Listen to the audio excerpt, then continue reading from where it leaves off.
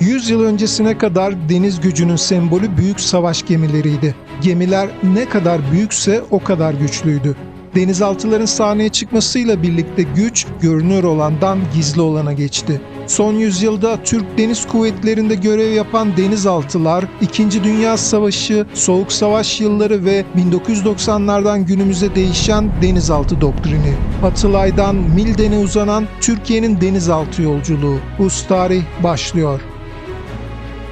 Türk Deniz Kuvvetleri'nin resmi kuruluş tarihi, ilk Türk amirali kabul edilen Çaka Bey'in İzmir'de ilk Türk donanmasını kurduğu 1081 yılıdır. Osmanlı döneminde Kaptanı Deryalık olarak temsil edilen Deniz Kuvvetleri, 1867'de Bahriye Nezaretine dönüştü. Cumhuriyet'in ardından 1924'te kurulan Bahriye Vekaleti, daha sonra Denizcilik Bakanlığı ismini alacaktı. 1925 yılında denizaltı filosu oluşturulmasına yönelik ilk adım, denizaltı alımı için meclisin onayladığı bütçeydi. Ertesi yıl Marmara Denizi'nde Gölcük, donanmanın ana üssü ve tersane merkezi oldu. Aslında Türk donanmasının denizaltılarla ilk tanışması 1886 ve 1887'de satın alınan Nordenfeldt denizaltıları Abdülhamit ve Abdülmecit ile olmuştu. 1915'te Çanakkale'de ele geçirilen ve Müstecip Onbaşı adı verilen Fransız denizaltısı Haliç'e getirilerek eğitim ve inceleme amaçlı kullanılmıştı. Ancak bu denizaltılar donanmada aktif görev almadı. 1925-26 yıllarındaki araştırma sürecinin ardından ilk denizaltı siparişleri verildi.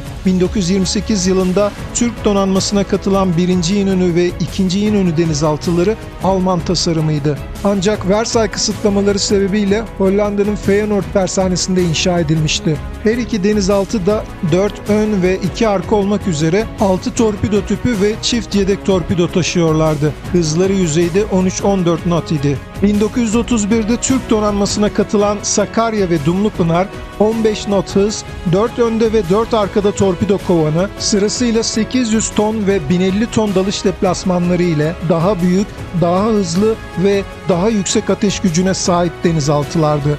Türkiye 4 denizaltıdan oluşan filosunu 1936, 1939 ve 1942'de takviye edecekti.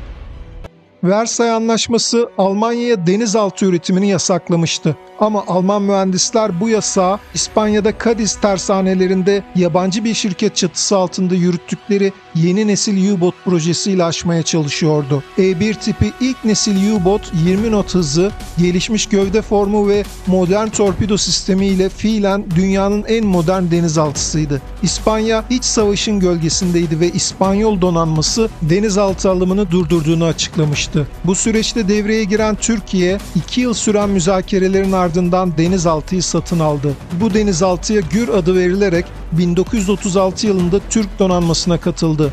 Bu gelişmeler yaşanırken Almanya 16 Mart 1935'te Versay Anlaşması'nın askeri kısıtlamalarını artık tanımadığını ilan etti. Kiel, Hamburg ve Bremen tersaneleri yeniden üretime başlamıştı. 29 Haziran 1935'te Almanya'nın ilk resmi denizaltısı U-1, Kiel tersanelerinde denize indirilen ilk U-Boat'tu. Tüm bu gelişmelerin ışığında Türkiye, denizaltı filosunda fark yaratan Alman tasarımı Gür denizaltısından memnundu ve Alman denizaltı üreticileriyle Türkiye'de ortak üretim için müzakereler başladı.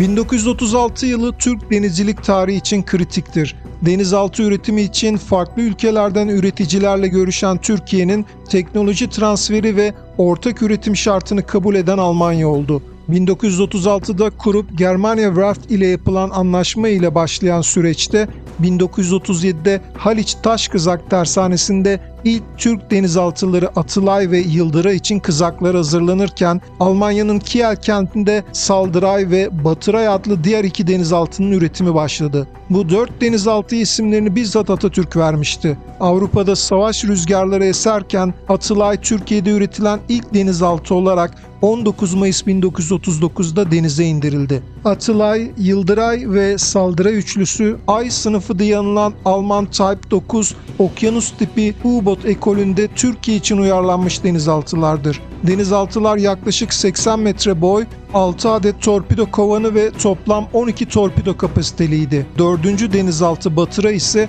bir mayın denizaltısıydı ancak Almanya yaklaşan savaşı bahane ederek bu denizaltıyı teslim etmedi. İkinci Dünya Savaşı yıllarında Çanakkale Boğazı, denizaltı geçişlerini tespit etmek amacıyla deniz dibine yerleştirilen manyetik hatlarla denetleniyordu. Atılay Denizaltısı bu hatların rutin kontrolü için 14 Temmuz 1942 saat 14.30'da Çanakkale Boğazı girişinde Morto Koyu'nda dalışa geçti. Denizaltıyla saat 17 sularında bağlantı kesildi. Atılay, 1. Dünya Savaşı'ndan kalma bir temas mayınla çarparak 65-70 metre derinlikte tabana oturmuştu. Denizaltının battı şamandırası saat 20.30'da tespit edildi. Ancak şamandıra telefonundan "Atılay, bizi duyuyor musun?" çağrıları yanıtsız kaldı. Iğrıp telleriyle yapılan dip tarama çalışmaları sırasında bir mayın patlaması daha yaşandı ve şamandıra teli koptu. 5 gün süren çabalardan sonuç alınamayınca 21 Temmuz 1942'de arama ve kurtarma çalışmaları sona erdi. 27 Temmuz 1942'de Yavuz Zırhlısı'nda düzenlenen törenle 39 denizcinin adları tek tek okunarak denize çelenkler bırakıldı. Atılay Mürettebatı Türkiye'nin ilk denizaltı şehitleridir. 1939 Mart'ında Avrupa'da kutuplaşma artarken Türkiye tedarik dengesini korumak amacıyla İngiliz Vickers Armstrong tersanesine 4 denizaltı siparişi verdi. İngiltere, Eylül 1939'da 2. Dünya Savaşı'nın başlamasının ardından tüm yabancı denizaltı sevkiyatlarını durdurarak Kraliyet Donanması'na dahil edeceğini açıkladı. 1942'ye gelindiğinde ise siyasi, stratejik denge tekrar belirleyici oldu. İngiltere, Türkiye'nin Alman ittifakına yaklaşmasını önlemek amacıyla Türkiye'nin sipariş ettiği denizaltı ve muhriplerden 2'şer adet teslimatı onayladı. Bu kararın ardından 1942 Mayıs'ında Oruç Reis ve Murat Reis, 1946'da ise Burak Reis Türkiye'ye teslim edildi. 4. denizaltı 18 Nisan 1943'te battığı için Türkiye'ye hiç teslim edilemedi. Reis sınıfı olarak anılan bu denizaltılar 1957'ye kadar Türk donanmasında hizmet verdi. İkinci Dünya Savaşı sonrasında Türk Deniz Kuvvetleri Sovyet tehdidine karşı denizaltı filosunu Amerika Birleşik Devletleri menşeli platformlarla yenileme yoluna gitti. Bu süreç Marshall Planı ile aynı döneme denk gelse de esas olarak Truman Doktrini kapsamında yürütülen askeri yardımlar çerçevesinde şekillendi. 1948'den itibaren Balao sınıfı denizaltılar filonun bel kemiğini oluşturdu. Okyanus tipi bu büyük denizaltılar Türk donanmasının ilk kez uzun menzilli ve sürekli görev yapabilen bir denizaltı gücü kazanmasını sağladı. 1970'lere gelindiğinde ise bu platformlar Guppy modernizasyonlu denizaltılarla değiştirildi. Bu geçiş Türk denizaltıcılığını modern sualtı harbinin gereklerine yaklaştıran ikinci büyük Amerikan dalgası oldu. 1980-2004 arasında görev yapan Tank sınıfı TCG Piri Reis ve TCG Hızır Reis son 2 ABD menşeli denizaltıydı. Bu dönemle birlikte Türk Deniz Kuvvetleri'nde TCG ön standart hale gelirken İnönü, Sakarya, Dumlupınar, Gür ve diğer denizaltı adları geleneksel Türk denizcilik mirası gereği hizmetten çıkan teknelerden alınarak yeni nesil denizaltılara aktarılmaya başlandı. NATO üyeliği sonrasında kullanılmaya başlanan S harfi ile başlayan bordo numaraları ise isim tekrarından doğabilecek karışıklığı teknik olarak önlemiştir. Balao sınıfı denizaltılar 1971-1983 yılları arasında kademeli olarak hizmetten ayrılarak yerlerini Alman tasarımı Type 209 sınıfı denizaltılara bıraktı. Dumlupınar denizaltısı 3 Nisan'ı 4 Nisan'a bağlayan gece NATO tatbikatından Gölcük'teki donanma üssüne dönüyordu. 4 Nisan saat 02.10'da yüzeyde seyir halindeyken Çanakkale Boğazı'nın kör noktalarından biri kabul edilen Naraburnu açıklarında Nobland adlı bir yük gemisiyle çarpıştı. Çarpışma teknenin baş kısmında ağır hasar yarattı. Dumlupınar hızla batarak yaklaşık 85 metrede dibe oturdu. Sabah 6.40'da battı şamandırası bulundu. 8.20'de denizaltı ile kurulan bağlantıda 22 denizcinin sağ olduğu bilgisi alındı. Ancak saat 10.20'den sonra artık denizaltıdan yanıt alınamıyordu. Türk donanmasında o yıl hizmete giren Kurtaran adlı batık kurtarma gemisi saat 12.30'da bölgeye ulaştı. Yapılan 11 dalış sonuçsuz kaldı. Bölgedeki şiddetli dip ve yüzey akıntıları denizaltıya ulaşılması ve kurtarma çanı sabitlenmesini mümkün kılmadı. Bu süreçte denizaltı ile tek bağlantı olan Batlı Şamandırası kopmuş ve 72 saatin sonunda artık yaşam ihtimali tükenmişti. 7 Nisan 1953'te Başaran gemisinde düzenlenen törende Denizaltı Filo Komutanı Fahri Korutürk şehitlere şu sözlerle veda etti. Komutan sıfatıyla sizlere birçok emirler verdim, birçok mesajlar yolladım. Bu size son mesajımdır. Aziz isimlerinizi tüm denizciler kalplerimize gömdük. Türk Deniz Kuvvetleri'nde 4 Nisan deniz şehitlerini anma günüdür ve her yıl törenler Dumlupınar'ın battığı Naraburnu'nda düzenlenir.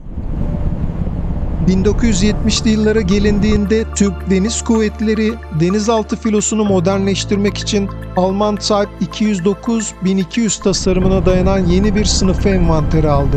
Kamuoyunda ikinci kuşak Ay sınıfı olarak anılan bu denizaltılar 1930'ların Ay sınıfından miras kalan isimleri yaşatan filodur.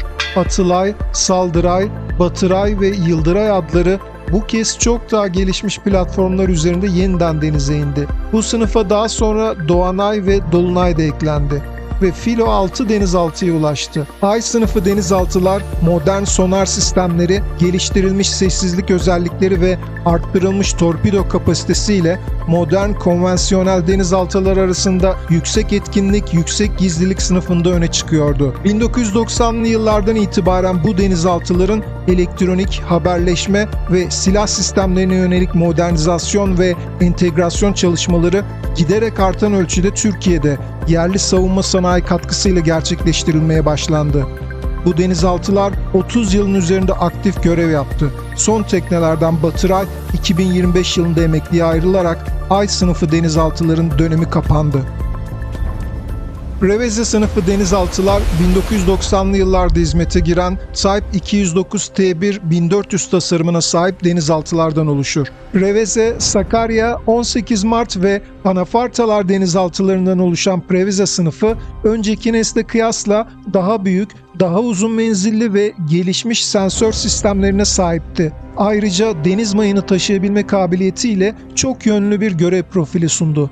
Preveze sınıfının yarı ömür modernizasyonu kapsamında savaş yönetimi, komuta kontrol ve sonar omurgası başta olmak üzere elektronik, haberleşme ve entegrasyon altyapısı gibi yenileme ve geliştirmeler Türk savunma sanayi tarafından gerçekleştirildi. Preveze sınıfı için kamuya açıklanmış kesin bir emeklilik yılı yok. Ancak yarı ömür modernizasyonuyla görev ömürleri uzatılırken yeni reis sınıfının filoya girişiyle birlikte bu teknelerin kademeli olarak hizmet dışına çıkması bekleniyor.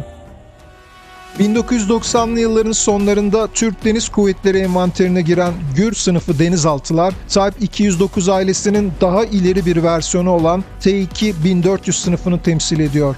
Gür, Çanakkale, Burak Reis ve 1. İnönü denizaltılarından oluşan Gür sınıfı, düşük akustik iz ve gelişmiş hedef tespit sistemleriyle Türk Deniz Kuvvetleri'nin modern denizaltı harbi gereksinimlerini karşılıyordu. Bu sınıf, Preveze sınıfı ile birlikte uzun yıllar Türk denizaltı filosunun çekirdeğini oluşturdu.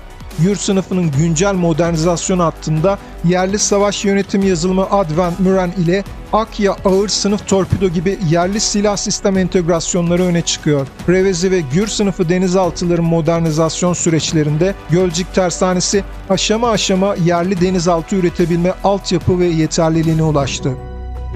Yeni reis sınıfı denizaltıların inşa süreci 2015 yılında Gölcük Tersanesi Komutanlığı'nda fiilen başlamış olup bu sınıf Türk Deniz Kuvvetleri'nin havadan bağımsız tahrik AIP kabiliyetine sahip ilk denizaltılarıdır. AIP denizaltının su altında seyrederken dışarıdan hava almadan bünyesinde taşınan sıvı oksijen ve yakıt hücreleri sayesinde dizel motor çalıştırmadan ve sessiz biçimde elektrik üretebilmesini sağlayan ayrı bir güç sistemidir. Bu özellik reis sınıfı denizaltıları modern konvansiyonel denizaltılar arasında en gizli ve en caydırıcı platformlardan biri haline getirir. Gölcük Tersanesi'nde üretilen TCG Piri Reis 2024'te, TCG Hızır Reis ise 2025 yılında hizmete girdi. TCG Murat Reis'in 2026'da, Aydın Reis, Seydi Ali Reis ve Selman Reis denizaltılarının ise 2030'a kadar üretimleri tamamlanarak Türk donanmasına katılması planlanıyor. 1990'lardan beri aşama aşama artan üretim kabiliyeti, mühendislik birikimi ve önceki sınıflarda kazanılan modernizasyon tecrübesi bu projede somut karşılığını bulmuştur. Reis sınıfında Müren yerli savaş yönetim sistemi ve Akya ağır sınıf torpido başta olmak üzere yerli sistemlerle desteklenen modern sonar paketleri sayesinde sensör, silah, komuta zinciri güncel harp konseptlerine tam uyumlu hale getirilmiştir. Reis sınıfı denizaltılar için üretilen su üstü hedeflerine karşı kullanılabilen denizaltıdan atılan atmaca füzesine yönelik entegrasyon devam etmektedir. Mildan adı milli denizaltı kelimelerinin ilk hecelerinden oluşur. Mildan programı Reis sınıfı sonrası dönemde yerli denizaltı tasarımı hedefiyle 2021'de ilk adımı atılan ön tasarım ve test aşamalarına yönelik çalışmaların ise 2025 sonunda başlatıldığı bir projedir. Mildan'e Akya ağır sınıf torpido, deniz mayınları ve denizaltıdan atılabilen atmaca ve benzeri seyir füzelerini kapsayan tamamen Türk menşeli sensör silah entegrasyonuna dayalı bir silah mimarisi planlanmaktadır. Mildan'de gövde formu, havadan bağımsız tahrik, AIP mimarisi ve savaş ekosistemi birlikte tasarlanmakta. Bu da daha düşük akustik iz, daha yüksek operasyonel esneklik ve modernizasyon bağımsızlığı sağlamaktadır. Mildan, Türkiye Cumhuriyeti'nin ilk yıllarında taş kızak ve daha sonra Gölcük tersanelerinde başlayan yerli üretim vizyonunun denizaltı teknolojisindeki en ileri ve en bağımsız aşamasını temsil etmektedir. Bu videoda Türkiye'nin son 100 yıldaki tüm denizaltı sınıflarını ve doktrinlerini birlikte inceledik. Sizce denizaltı teknolojisi daha ne kadar ileri gidecek ve denizaltılar küresel ölçekte caydırıcı bir güç olmaya devam edecek mi?